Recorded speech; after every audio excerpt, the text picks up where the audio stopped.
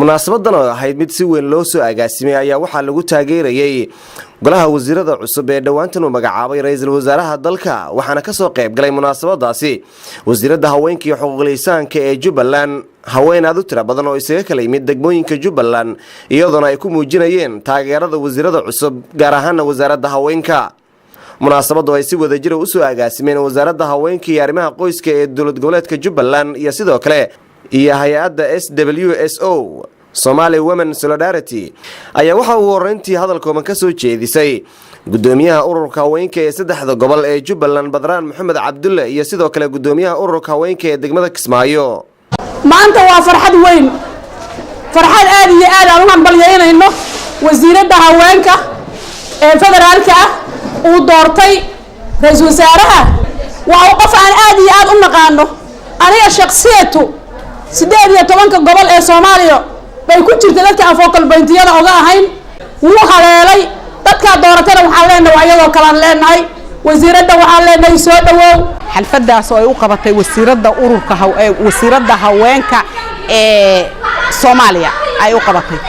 xalfadaas oo aad iyo aad u soo dhaweynayno boqolkiiba 80 waan soo dhaweynaynaa aad baan ugu faraxsanahay xalfada ay soo qabatay maadaama ay soo qabatay xalfadaas wasiirada waxaanu ugu hambalyeynaa hambalyo mar labaad hambalyo mar saddexaad hambalyo mar afraad hambalyo gabagabadii munaasabada waxaa si wadajir goobta hadalkooban ugu soo wada jeediyay Qamar Deeq Xaaji Khaliif oo ah wasiirada haweenka ee Jubbaland iyo sidoo kale Xaliimo Faarax Godane oo kamid ah mas'uuliyiinta hay'adda Somali Women Solidarity oo ah hay'ad u dooda xuquuqda haweenka runtii xafladan quruxda badan ee aadka loo soo agaasimay waxaa iska kaashaday wasaaradda haweenka iyo xuquuqul insaanka Jubbaland iyo hay'adda SWSO oo anigu hogaaminayo oo maamulo ka ah deeqa waxaan leeyahay shalay labada gacmood bay ahaayeen gabdhaha Soomaaliyeed waxay ahaayeen kuwii aad u dadaalaysay waxay ahaayeen kuwii aad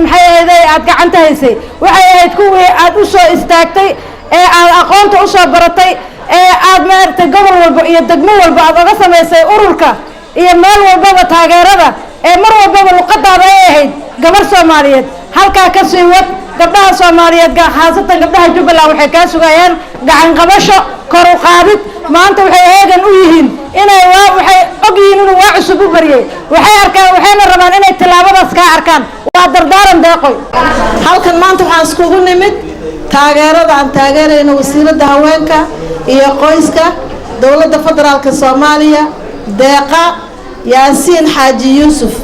baan ku taageeranahay ku taageersanahay weligaan ku taageersanaanayna waan ku taageersanaa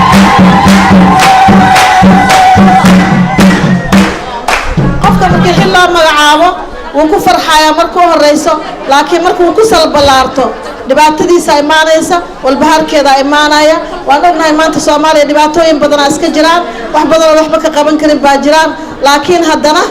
waxaan rabnaa inaan noqono garbihii aad ku duulaysay iyo gacmahaagii midig iyo la tashi iyo sidaan wax yeelnaa Aadan Maxamed Salaad raadiyaha telefishinka qaranka magaalada Kismaayo.